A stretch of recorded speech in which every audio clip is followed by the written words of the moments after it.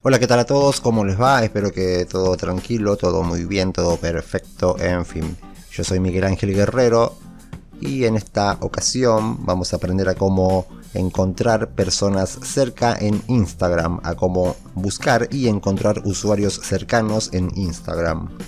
Vamos al grano, comencemos ya, estamos en la aplicación, tocamos aquí abajo en la lupa para buscar. Ahora, en la barra de búsqueda, aquí arriba, vamos a escribir el nombre del lugar en el cual estamos, en el cual vivimos. Una vez hayamos escrito el lugar, la ciudad, el pueblo en el cual estemos viviendo, vamos a tocar aquí para buscar en el teclado. No olviden suscribirse, por favor, antes de que se vayan, se los pido. Sean tan amables también de compartir el video, de dejar un comentario, un like.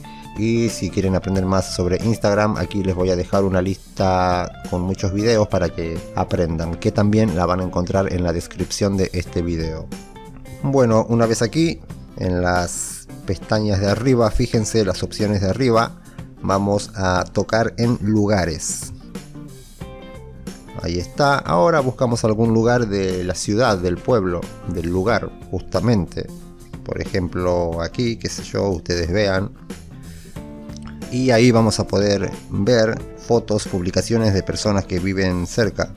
Voy a tapar esto, por ejemplo aquí, y ahí me va a aparecer el nombre del usuario. Y así buscan en un lugar, en otro lugar. A ver aquí.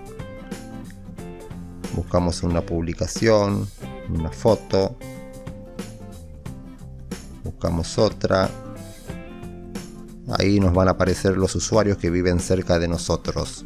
Buscan los lugares, los negocios, lo que sea, las tiendas, todo eso que esté en la ciudad donde ustedes viven, y ahí les va a aparecer los perfiles de la gente. Eso es todo lo que tienen que hacer. Espero que les haya servido el video. No olviden suscribirse, activar la campanita, comentar, compartir y todo lo demás. Cuídense mucho, pórtense bien y hasta la próxima. Chao.